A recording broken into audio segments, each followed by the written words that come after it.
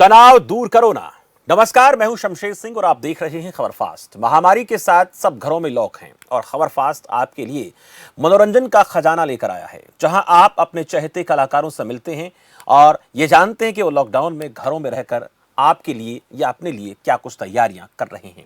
तो इसी कड़ी में आज हम आपको मिलवाएंगे कुछ ऐसे कलाकारों से जो जानी मानी हस्तियां हैं। टीवी एक्ट्रेस की बात करें या फिर सिंगर की बात करें, और इसके साथ साथ अगर मैं आपसे बात करूं तो कुछ ऐसे भी कलाकार हम आपसे मिलवाते हैं जो जो हम टीवी पर देखते हैं। संवाद, जिस तरह से डायलॉग डिलीवरी होती है, उनके पीछे जो लिखने वाले लोग होते हैं वो किस प्रकार से उसकी तैयारियां करते हैं। सबसे पहले मैं आपका परिचय कराना चाहूंगा। जानवी सांगवान अभिनेत्री हैं, बहुत कई सारे सीरियल्स में काम कर चुकी हैं और उनकी एक पहचान है, मैं जहां तक मेरी जानकारी है, हिटलर दीदी के नाम से प्रमुख प्रसिद्ध है। जानवी जी, बहुत बहुत स्वागत है आपका खबर फास्ट पर। जी नमस्कार, थैंक यू।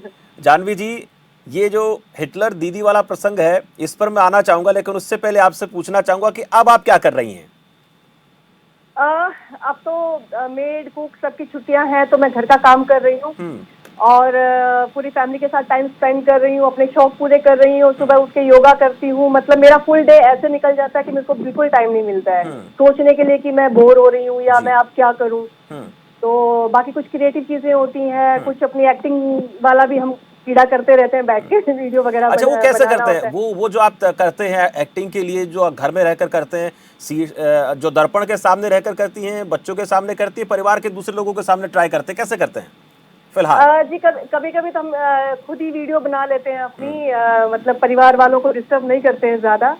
तो खुद कैमरा ऑन करके ट्राइपॉड पे लगा के खुद करते रहते हैं। लेकिन सबसे ज्यादा तो मुझे अभी महिला होने के नाते मुझे इस घर में जब से मैं हूँ लॉकडाउन में, मुझे करीब 1 महीना हो गया है। मैं 14th से मैं घर के अंदर हूँ, तो उसके बाद से मुझे टाइम नहीं मिला है। मतलब मुझे बिल्कुल एक्चुअली देखा जाए तो मुझे टाइम नहीं मिला है। घर में रहकर आप कुछ अभी खाने को लेकर भी कुछ तैयारियां हैं, कुछ नया पकाना सीख रही हैं क्या?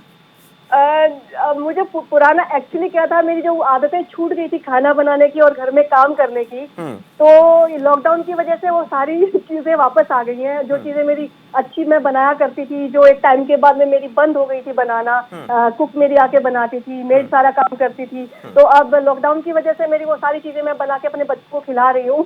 तो बच्चे खुश हैं एक्चुअली। क्या क्या जब आपके हाथ का बना हुआ खाते हैं, क्या कहते हैं? मम्मा, आप घर में रहा करो ना, टीवी पे चले जाते। एक्चुअली कुछ कुछ उनका यही कहना है। और मेरे बच्चों को तो खुद भी मजा आ रहा है। 3 पीढ़ियां हम लोग घर में हैं, मेरे पिताजी, मैं और मेरे बच्चे। तीनों पीढ़ियों में कोई भी बोर नहीं हो रहा है। मतलब मेरे पिताजी 74 के हो गए हैं, तो वो अपने हिसाब से अपना टाइम पास करते हैं। एक तो दूरदर्शन वालों ने बड़ी मेहरबानी की है कि रामायण वगैरह पुराने टाइम के सीरियल सारे शुरू कर दिए हैं। और मेरे पापा तो बहुत योगा में खैर पहले से माहिर है, तो वो 4 बजे उठ के योगा करते हैं। मतलब हमारे लाइफस्टाइल में ऐसा कुछ आया नहीं है कि हम स्ट्रेस ले रहे हैं, टेंशन में है कि अरे क्या करें लॉकडाउन में। हमारा बस एक ही मकसद है कि हमें घर में रहना ही है। हमारी यही ड्यूटी है कि हमें घर में रहना है। जिस वजह से हम अपने परिवार को, अपनों को, अपने देश को बचा सकते हैं इस कोरोना से। लेकिन जब हमें पता है कि सिर्फ एक ही ऑप्शन है घर में रहने का, कोरोना से बचने का, तो ये रो धो के, परेशान होके, टेंशन लेके क्यों रहना है? कितने लोग इतने स्ट्रेस में होते हैं, इतने परेशान होते हैं, कब लॉकडाउन खुलेगा, कब क्या होगा। अरे जितने दिन रहना है शांति से रहो, अच्छे से पालन करो। जितना अच्छे से पालन करेंगे आप लॉकडाउन का, उतना जल्दी आप को रिलीफ मिलेगा। आप इस महामारी से आपकी जान छूटेगी और आप अपनी नॉर्मल लाइफ में आ सकते हैं। तो मेरा तो यही है कि अगर आपका लॉकडाउन है तो आप स्ट्रेस मत लें, अपने अपने तरीके से अपने रास्ते निकाले, अपने टाइम पास करने के, अपने शौक पूरे कीजिए। अपने आपको किसी को कढ़ाई का शौक होता है, किसी को राइटिंग का शौक होता है, सिंगिंग का शौक होता है, डांस का शौक होता है, घर में अपने परिवार की हेल्प कीजिए। कुछ अपना योगा, एक्सरसाइज, बहुत सारी ऐसी चीजें हैं। अपने अपने तरीके से अपने रास्ते निकालिए। मैंने आपको बताया कि मेरी 3 पीढ़ियां घर में है। तीनों पीढ़ियों में से आप ये नहीं कह सकते कि बुजुर्ग है इसलिए बोर हो रहे हैं या यंग है इसलिए बोर हो रहे हैं या बच्चे हैं। कोई बोर नहीं हो रहा है, क्योंकि सब लोगों ने एक तो मन में ठान रखा है कि भाई ये हमारी ड्यूटी है। कोरोना की वजह से, लॉकडाउन की वजह से हमें अपने घरों में रहना है। सबसे पहले हमारी ड्यूटी है ये। तो इस ड्यूटी को हंसते हंसते हमें निभाना है, स्ट्रेस फ्री होके। जानवी जी, जैसे हम टीवी पे खबरें दिखाते हैं तो कई बार आंकड़ा दिखाते हैं कि इतने ज़्यादा लाखों लोग संक्रमित हो गए हैं, इतने लोगों की मौत हो गई है। तो ऐसी स्थिति में लोग तनाव में आ जाते हैं और हम भी ये चाहते हैं कि इस तनाव को दूर करने के लिए आप जैसे कलाकारों से मिलवाते हैं। आप लोग जी घर में जी रहते हैं, लेकिन हमारा भी मकसद ये कि आप लोगों को घर में भी हम ना चैन से बैठने दें, क्योंकि हमारा मकसद ये कि आप लोग जब जनता के सामने आकर अपील करते हो तो उसका बड़ा फर्क पड़ता है। तो जी जी। आप अपनी तरफ से छोटा सा मैसेज क्या देंगे लोगों को, क्या कहेंगे? मैं तो सबसे हाथ जोड़कर सबसे पहले एक ही रिक्वेस्ट करूंगी कि प्लीज प्लीज कोरोना से लड़ने के लिए हमें बहादुरी नहीं दिखानी है, ताकत नहीं दिखानी है, समझदारी से काम करना है, पेशेंस दिखाने हैं, सब्र दिखाना है, और उसी के साथ हम इससे लड़ सकते हैं। ये फिजिकल फाइट करने वाली चीज नहीं है कि भी हमारे में ताकत है, कोरोना हमारा कुछ नहीं बिगाड़ सकता। ऐसी सोच वाले हैं, उन्हीं की वजह से ये प्रॉब्लम हो रही है कि कोरोना अभी कंट्रोल से थोड़ा थोड़ा जी। मतलब बाहर है। एक्चुअली इतने दिन के लॉकडाउन के बाद कोरोना को अभी तक कंट्रोल में आ जाना चाहिए था, नहीं आ रहा है। उन्हीं लोगों की वजह से जो ये सोचते हैं कि अरे हमें कुछ नहीं होगा, हमें क्या प्रॉब्लम है, हमें कुछ नहीं हो सकता, हमें कोरोना नहीं हो सकता। नहीं भाई, ये किसी को नहीं देखता है, छोटे बड़े को, नीच को, अमीर को, गरीब को, किसी को नहीं देखेगा ये। आपको एक ही सावधानी रखनी है, आप लोगों को घर से बाहर नहीं निकलना है। बिल्कुल, घर हाथ से जोड़कर रिक्वेस्ट है, नहीं निकलना है, साफ सफाई पे ध्यान रखना है, और अपने आप को पॉजिटिव करते हुए, अपने थॉट्स को पॉजिटिव करते हुए, क्योंकि सारी चीजें दिमाग से होती हैं। अगर आप दिमाग से चीजों को समझेंगे तो ये बहुत इजी है और बहुत जल्दी हम इससे छुटकारा पा लेंगे। और अगर एक अहम बात, अगर हम लोगों ने अभी इस चीज पे ध्यान नहीं दिया, हमने लॉकडाउन का पालन नहीं किया, तो ये लॉकडाउन जो आपको 10 दिन, 12 दिन, 21 दिन भारी पड़ रहे हैं, ये कल को जाके महीनों में बदल बहुत जाएंगे। तो क्या लंबा आप वक्त लग चाहेंगे? सकता है, इनसे हम बाहर नहीं निकल पाएंगे। बहुत बेहतर आपने जी कहा जानवी जी। और आपके पास मैं आऊँगा, जाने से पहले मैं बता दूं आपको कि इस बीच हमारे साथ बंटी राठौर हैं, मशहूर राइटर हैं, वो अच्छा लिखते हैं। देखिए, जी आप लोग जो डायलॉग बोलते हैं, जानवी जी हंस रही हैं, बंटी जी आपको इस वक्त क्योंकि आपका जिक्र मैंने किया, नमस्ते बोल रही हैं आपको। सर नमस्कार स्वागत है आपका, नमस्कार। बंटी जी बहुत बहुत स्वागत है आपका। Thank you sir, thank you Shamsher भाई। बंटी राठौर जी, मैं देखिए चर्चा संवाद लेखन की, इसलिए हम पहले इसी से शुरुआत करेंगे कि लिखना बहुत बड़ी बात है, बोलना भी बड़ी बात है, लेकिन उससे पहले आपके पास अगर डायलॉग होगा, आपके पास संवाद बेहतर होंगे, तो आप उसको बेहतर तरीके से बोल पाएंगे। तो जी जी जी लिखने के जरूर। ऊपर बात आए उससे पहले आपसे सिर्फ ये पूछेंगे कि इस वक्त क्या लेखन का काम किस प्रकार का चल रहा है लॉकडाउन में, और घर में रहकर आप कैसे तैयारियां कर रहे हैं, क्या कर रहे हैं आजकल?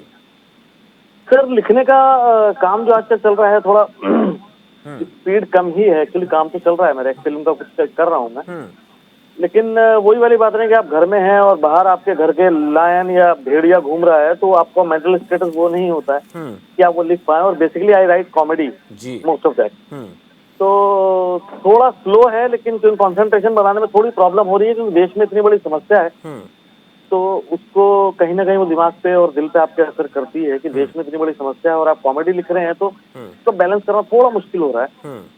लेकिन काम तो काम है, तो कम चल रहा है थोड़ा। ऐसी सिचुएशन में कॉमेडी लिखना भी तो बहुत जी जी जी जानवी जी, वही वही मैं कह रहा हूँ कि ऐसी सिचुएशन में, और हालांकि इससे बड़ी समस्या, मतलब इससे बड़ी तो नहीं कहूंगा, इस समस्या है कि मैं मैरिड हूँ 13 साल से, उसके बावजूद मैं कॉमेडी लिख लेता हूँ। ये भी एक लेकिन कोरोना जो है डायलॉग वो है। बीवी से बड़ी समस्या है सर। ये भी एक डायलॉग है, ये आप जैसे लोग ही लिख सकते हैं, हम जैसे लोग तो सिर्फ लोगों को टेंशन में डाल सकते हैं कि फला जगह 1 लाख संक्रमित हो गए, वहां पर इतने लोगों की मौत हो गई है, लेकिन नहीं नहीं सर, ये न्यूज जी ये जी न्यूज आपकी जो है, आपका अलग एक बोलने से ज्यादा आपका वो जो नॉलेज और वो जो इन फील्ड में आपकी एक्सपर्टीज है वो मायने रखती है। आपका लिखना और वो नहीं, तो अलग अलग क्षेत्र में है सर, आपकी अलग वैल्यू है, हमारी अलग है, जानवी जी की अलग। जी।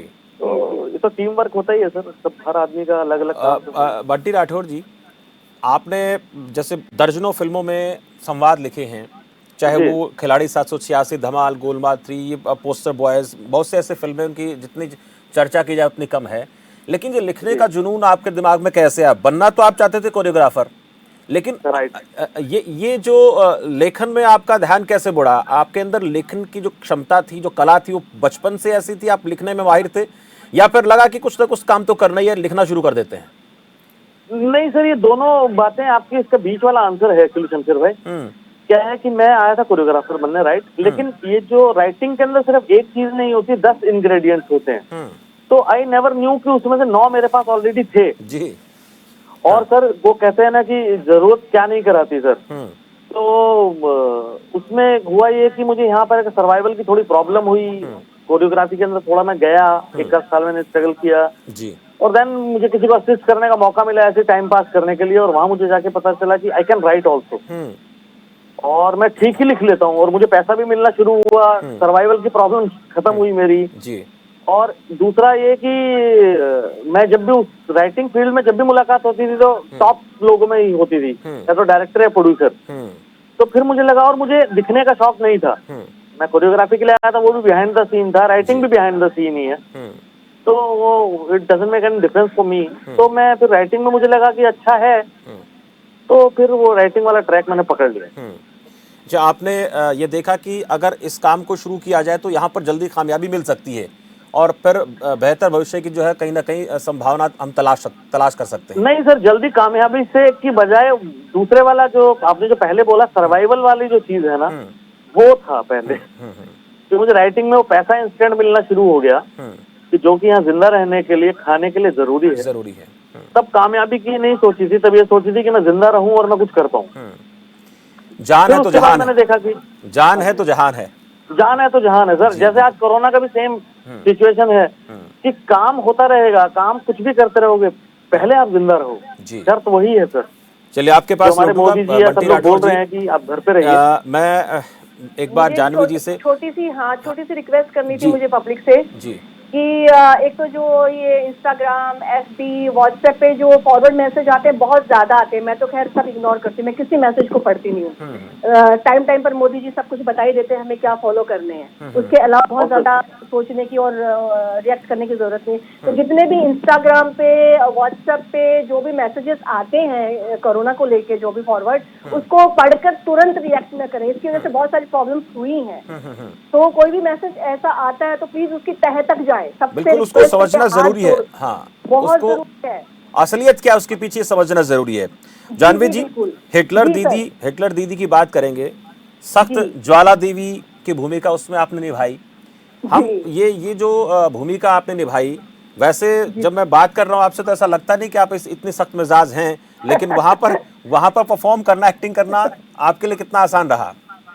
सर मुझे मजा आता है, तो मेरे लिए बहुत आसान है एक्चुअली। थोड़ा सा इस तरह ज्वाला देवी टाइप के जो कैरेक्टर है मैंने और भी कई सारे शोज में किए हैं।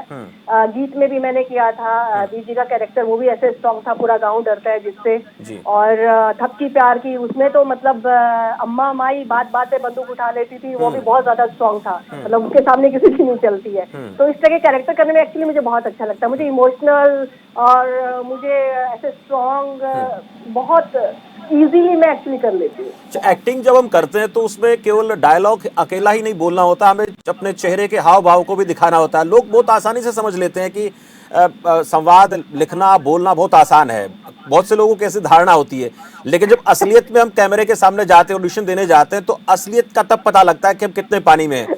ये बहुत आसान नहीं है, लोग ऐसा समझते हैं, ऐसा मानते हैं लोग। कितना आसान काम है, हम ही बोल देंगे ऐसा तो।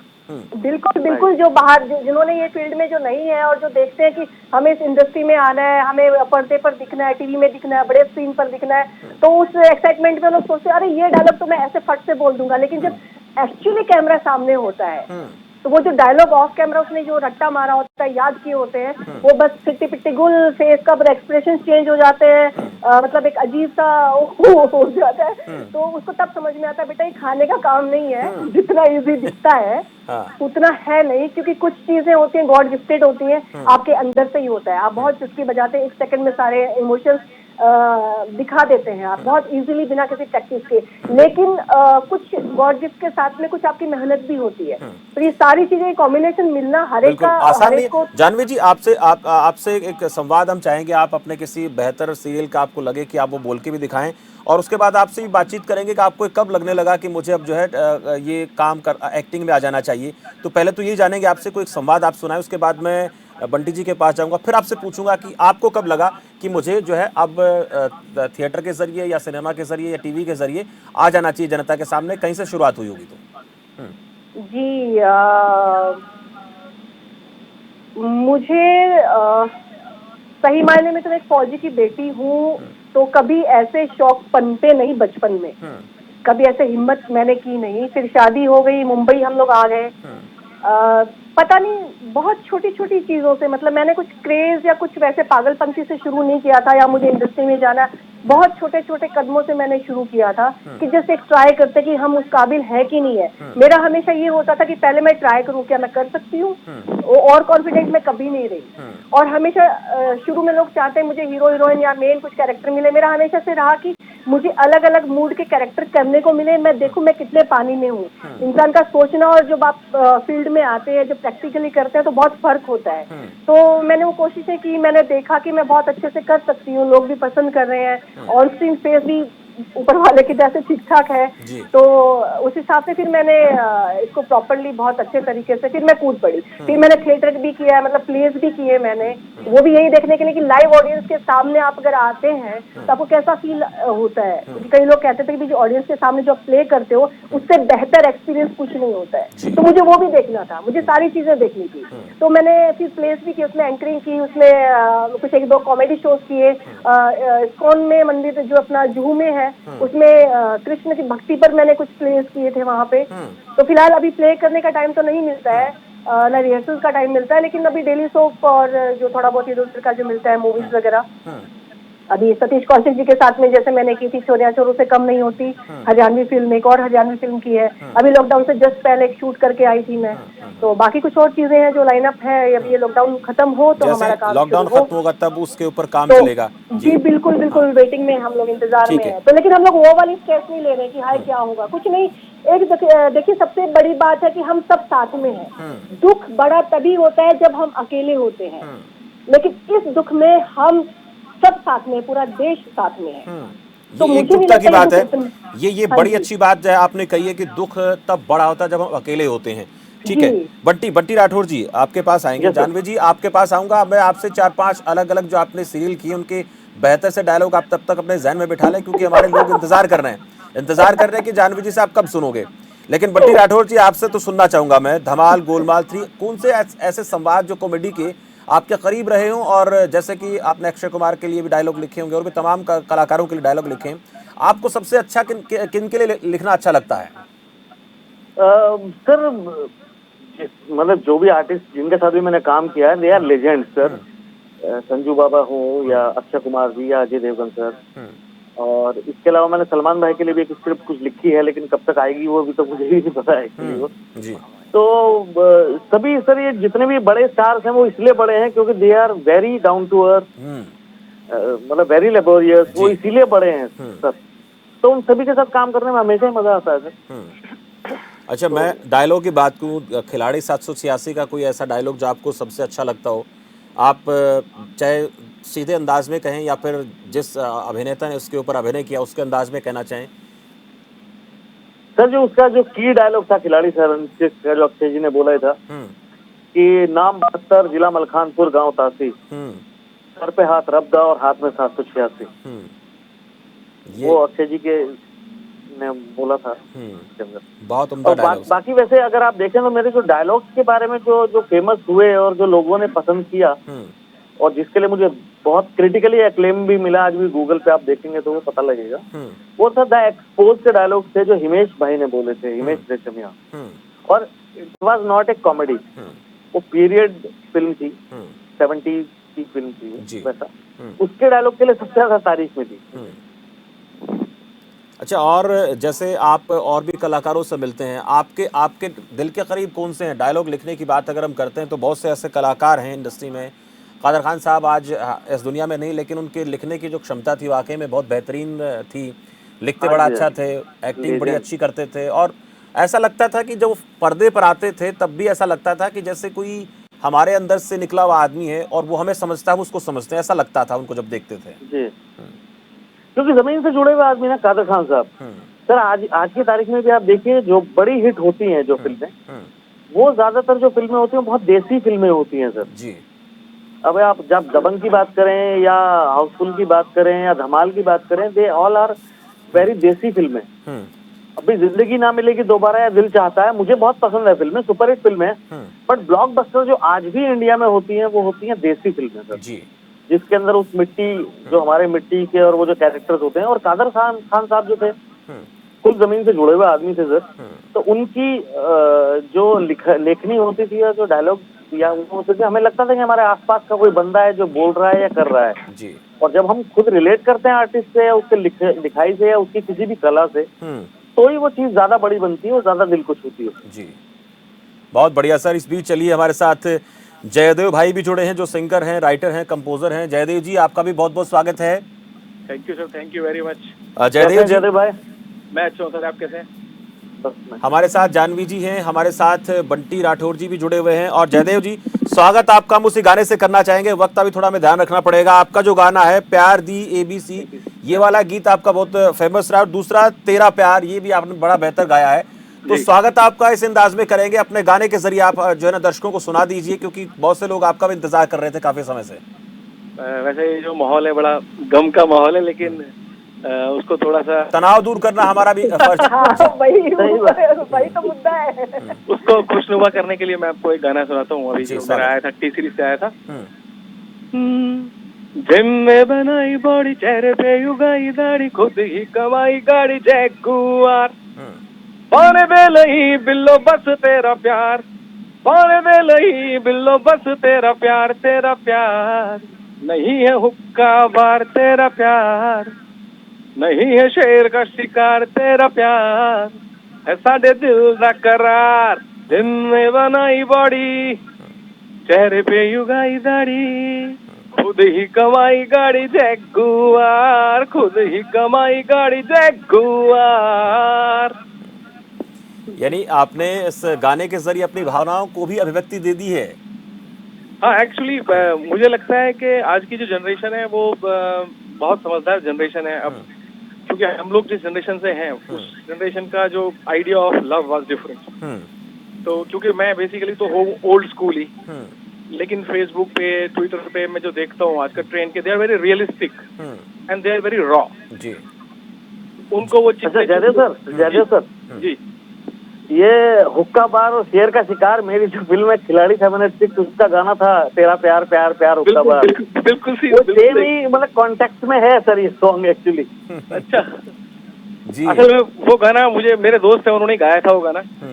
तो वो मुझे कॉन्सेप्ट, उसने जैसे बोले ना कि उन्होंने बोला था कि तेरा प्यार प्यार प्यार हुक्का बार, बट मैंने उसको थोड़ा अमन त्रिखा विनीत, अमन त्रिखा जी, अमन त्रिखा जी। अमन भी मेरा बहुत अच्छा दोस्त है। अच्छा, तो मैंने उसको थोड़ा चेंज करने की कोशिश की कि हाँ, तेरा यस, प्यार राइट।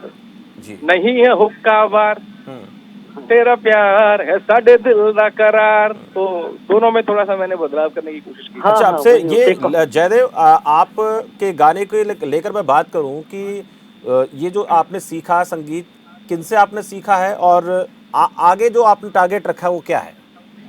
देखिए, अभी मैं फिल्म भी लिखता हूँ, मैं स्क्रिप्ट राइटर ऑल्सो। जी। तो मेरी एक फिल्म अभी उसकी शूटिंग खत्म हो गई है। उसका नाम है ये पिक्चर पाकिस्तान में बैन है। उसमें चंकी पांडे साहब हैं मेन लीड में, और पाकिस्तान के एक्टर थे रौफ लाला साहब, उसमें वो भी हैं, और जो इनामुल हक हैं, और शाहिद है शायद उनका, शाहिद, और सुनील सुब्रमण्यम ने वो डायरेक्ट की है फिल्म। और मेरे ख्याल में इस साल के एंड तक वो फिल्म रिलीज होनी चाहिए। It's comedy film basically. ये सारे काम, लिखना, गाना, कंपोजिंग, ये सब एक साथ कर पाते हैं आप? सर बिल्कुल आराम से कर पाता हूँ, और इन दिनों तो इतना टाइम मिल रहा है कि और ज्यादा कर पा रहा हूँ। अब पूरा वक्त है, तो इस वक्त में आप ज्यादा फोकस किस पे रखे हुए हैं? अभी मैं एक स्क्रिप्ट लिख रहा हूँ जी। और तो घर पे रहता हूँ ज्यादातर। शाम को एक्सरसाइज करता हूँ अपने आप को फिट रखने के लिए जी। और दिन में पूरा टाइम, जब भी टाइम मिलता है, I open my laptop and I just right the script. चलिए जयदेव जी, आपसे लौटेंगे तब एक आपके किसी दूसरे कलाकार के पसंद के गाने की बात भी करेंगे, उसके साथ साथ जनता से एक मैसेज की अपील भी आपसे करेंगे। लेकिन उससे पहले एक बार मैं जानवी जी के पास जाऊंगा। जानवी जी, आपको मैंने भी टास्क दिया था, हालांकि मेरा अधिकार नहीं है, फिर भी हमारे जो दर्शक हैं वो हमसे चाहते हैं और आप भी चाहते हैं कि दर्शकों से आप भी जुड़े रहें इस वक्त। तो कुछ ऐसे डायलॉग आप बताएं जो आपको बहुत करीब हो और सुन के लोगों के दिलों में वही तस्वीर जिंदा हो जाए जो आप अक्सर जब मंच पर, जब टीवी पे आती है, स्क्रीन पर आती है तो बोलती हैं, तो वो चेहरा लोगों के सामने आ जाता है। देखिए, पहले तो मैं आप लोगों की बातें सुनने में मशरूफ थी, तो डायलॉग याद करने का वक्त मिला ही नहीं। और मैं बंटी सर को भी देख रही थी, मुझे लगा था कि शायद यही मुझे कुछ डायलॉग लिख के दे दे, कुछ नए ताज़ा। तो हमारे सीरियल तो फेल हो गए हैं। जी। फिर भी एक थपकी प्यार की का था, अम्मो का, अम्मा माई का एक था, बहुत ही छोटा सा ही है। वो हमेशा हर बात पे बोलती थी, अम्मा माई का तापता तो सूरज भी दर है, अरे तू के चीज है। तो इस तरह के ऐसे छोटे छोटे डायलॉग हैं जो मतलब अभी यहाँ बोलने से मुझे समझ में नहीं आ रहा कि कितना इम्पैक्ट छोड़ेंगे। लेकिन कैमरे के नहीं, अच्छा लगा हमें, आपने हरियाणवी जो इसमें टच है इस डायलॉग में, और हरियाणवी भाषा में आप बोली में आप बात कर रही हैं, तो ये जो आजकल हरियाणवी जो कल्चर है ये भी देख रहे हैं हम, खूब सारे फिल्मों में जो है खूब इसको लोग पसंद कर रहे हैं। बहुत पसंद कर रहे हैं सर। मैं 3-4 शोज कर चुकी है जो हरियाणवी कैरेक्टर जिसमें होते थे, और जैसे मूवीज वगैरह की हैं, तो लेकिन मतलब बहुत बहुत प्यारी भाषा है एक लिमिट तक। उसके बाद इसको लठ मार भी बोला जाता है भाषा को। वो सब भाइयों भाई ओवर हो जाती है। नाराज ना हो जाइए, मैं पहले माफी मांग ली हूँ अपने हरियाणा वालों से, भाइयों माफ कर दियो, मैंने ऐसी बात नहीं है। अपनी भाषा बहुत प्यारी है भाई। बस अपनी भाषा में ही मैं एक बार आप सबसे एक रिक्वेस्ट कर लूँ, अगर आप सुनना चाहो तो हाथ जोड़कर फेरवाए बात से कि भाइयों, या ताकत दिखाने की बात नहीं है कि कोरोना हमारा कुछ नहीं बिगाड़ सकता। दिमाग से काम लो, सब्र से काम लो, और घर में बैठो अपने अपने परिवार के साथ में।